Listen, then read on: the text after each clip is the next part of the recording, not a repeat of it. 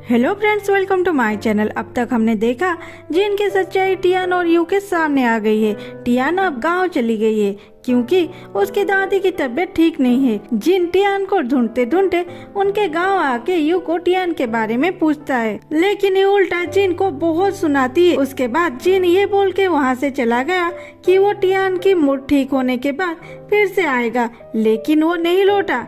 आगे देखने से पहले सब्सक्राइब कर ले। फिर किया को दिखाती है जो किसी कॉलेज के कैंपस में किसी को ढूंढ रही थी। कुछ देर बाद वो जुआंग को देखती है और उसी के पीछे पीछे उसके लैब तक जाती है। जुआंग के टीम मेंबर उसे देख के आपस में बातें करते हैं, ये कौन है और यहाँ क्यों आई है? यहाँ तो हमारे अलावा और किसी को अलाउ भी नहीं है। फिर वो लोग आके उसे पूछते हैं, मिस आप यहाँ पे क्या कर रहे हैं? आपको किसी से मिलना है क्या? तो किया जुआंग के ओर देखती है तो वो लोग जुआंग को बोलते हैं, प्रोफेसर वो शायद आपसे मिलने आई है। फिर जुआंग किया के पास जाता है, बोलो क्या काम है, किससे मिलने आए हो? किया बोलती है, क्या मैं आपको याद हूँ? जुआंग नाम में सर हिलाता है। किया बोलती है, हम लामी के इवेंट में मिले थे, उससे पहले आप मेरे पास ये लेटर भेजे थे। और लेटर दिखा के बोलती है, आप मेरे लिए स्कॉलरशिप के लिए अप्रूवल दिए थे, इसलिए मैं यूनिवर्सिटी जा सकी। जुआंग उस लेटर को देखता है। किया बोलती है, तब मेरी नाम अलग थी, मैं मॉडल बनने के बाद नाम चेंज की हूँ। जुआंग उस लेटर को पढ़ के बोलता है, हो गया तुम्हारी, मुझे काम है, मैं जाऊँ? किया लैब के ओर देख के बोलती है, नहीं मैं एक्चुअली ये बोलना चाहती हूँ, आई लव यू। मैं बचपन से ही अनलकी हूँ। नो मैटर मैं कितनी भी हार्ड स्टडी करूँ, मैं कभी भी उस लड़की से कम्पीट नहीं कर पाई जो बिना एफर्ट लगाए लॉक के वजह से फास्ट हो जाती थी। कोई भी मेरे बारे में नहीं सोचा, लेकिन आपने तो मेरे बारे में सोचा। उस दिन मुझे पहली बार ऐसा लगा मुझे मेरी लॉक मिल गई है। जुआंग बोलता है, मेरे टीचर ये स्कॉलरशिप के लिए प्लानिंग किए थे और ये स्कॉलरशिप लॉक के ऊपर नहीं, अच्छे ग्रेड रखने वालों को मिलता है।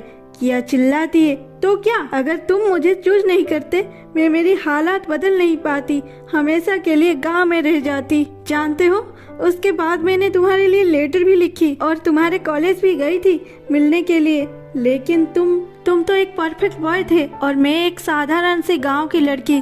शायद तुम मुझे देखते भी नहीं, इसीलिए मैं इतने साल तक हार्ड वर्क की है, जैसे एक दिन तुम्हारे लायक बन सकूं। जब लामी की इवेंट हुआ मैं फिर से तुमसे मिली। जुआंग बोलता है, एक मिनट, तुमने अभी तो बोली कि तुम मुझसे प्यार करते हो, लेकिन हम पहले कभी नहीं मिले या बात भी नहीं किए। किया हाँ में सर हिलाती है। जुआंग बोलता है, तो तुम कैसे बोल सकते हो कि तुम मुझसे प्यार करते हो? तुम अपने फीलिंग्स को गलत समझ रहे हो। अगर और कुछ बात नहीं है तो प्लीज यहाँ से जाओ।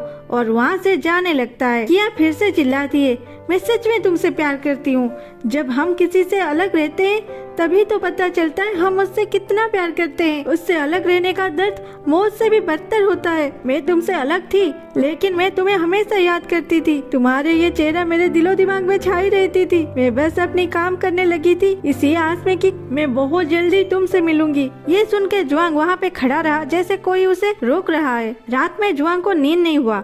वो किया की बातें सोच रहा था, क्योंकि किया की बातों से यू को वो कितना प्यार करता था उसे पता चल गया था। वो रात भर यू को याद करने लगा। इधर टियान अपनी दादी की ख्याल रखती है, उधर यू अपने सर के साथ यूनिवर्सिटी में पढ़ाने के लिए हाँ कर दी और पढ़ाने लगी। फिर भी वो होशियार थी। जियान हर संभव ट्राई करता था यू को इन सब से निकालने के लिए। वो यू को हमेशा बहलाने की कोशिश करता था, अच्छा खाना खिलाने ले जाता था, घुमाने ले जाता था, लेकिन यू खुश नहीं थी और जियान भी उदास था। किया भी यू ना होने की फायदा लेके ऊपर उठने लगी। उधर जुआंग बड़े मुश्किल से अपना काम करते हुए अपने एक्सपेरिमेंट में सक्सेसफुल हुआ। फिर वो हमेशा की तरह यू की आईडी पे उसकी वीडियो देख रहा था।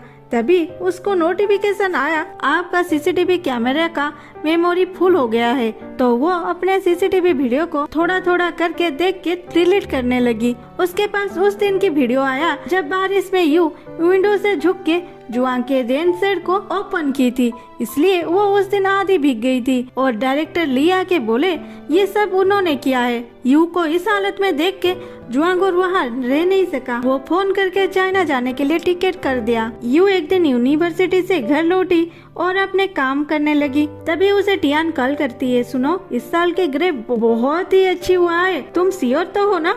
कि तुम यहाँ नहीं आओगे। यू बोलती है हाँ टियान मैं नहीं जा सकती, इस बार समर छुट्टी में भी एक्स्ट्रा क्लास करना होगा। टियान बोलती है डोंट वरी, मैंने तुम्हारे लिए ग्रेप भेज दिए।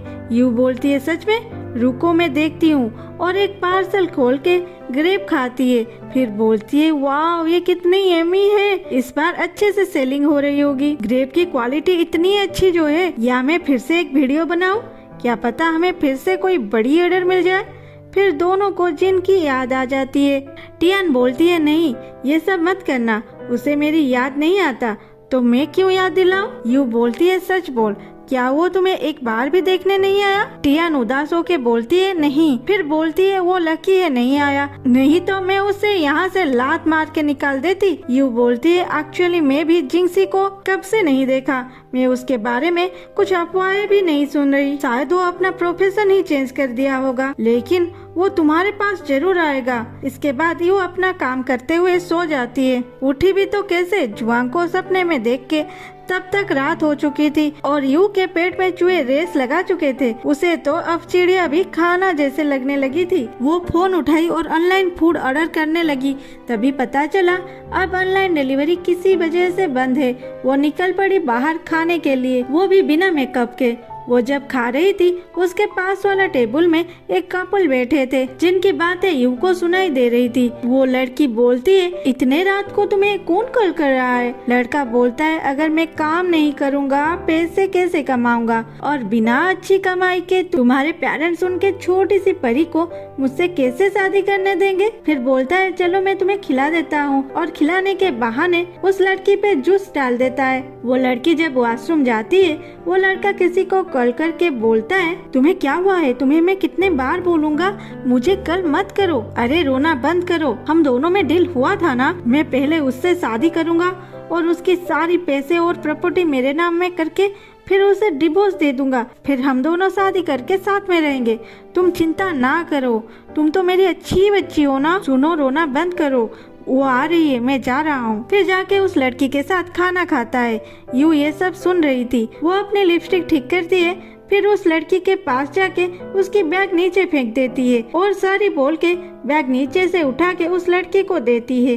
फिर बोलती है मिस तुम्हारी मेकअप थोड़ी सी ठीक कर दो, ये लो टिश्यू, और वहाँ से चली जाती है। और खुशी से अपने घर के ओर जा रही थी तो उसे पीछे से वो लड़का खींच के टिश्यू दिखा के बोलता है ये तुमने किया है, उसमें लिखा था तुम्हारी बॉयफ्रेंड तुम्हें चीट कर रहा है। यू बोलती है नहीं तो मैं ये नहीं की, और वहाँ से भागने लगी। वो लड़का उसे फिर से पकड़ के बोलता है वो तुम ही तो हो जो अभी होटल में थी, मेरे मामले में क्यों पड़े। यू बोलती है क्या मैंने किसी को चीट की है क्या, मैंने कोई गलती की है, तुम मुझे क्यों परेशान कर रहे हो। और पुलिस को फोन करके हेलो बोलते ही वो लड़का फोन छीन के बोलता है पुलिस को फोन करोगे, मेरे फ्यूचर बर्बाद करोगे, और यू को धक्का दे देता है और यू चिल्लाते हुए नीचे गिर जाती है। आज के लिए इतना ही, फिर मिलते हैं अगले एपिसोड में। सोच रही हूँ कल एक साथ 2 एपिसोड बना लूं। आपका क्या कहना है कमेंट जरूर करना, कल 1 चाहिए या 2 वीडियो चाहिए। Bye bye, thanks for watching, love you all.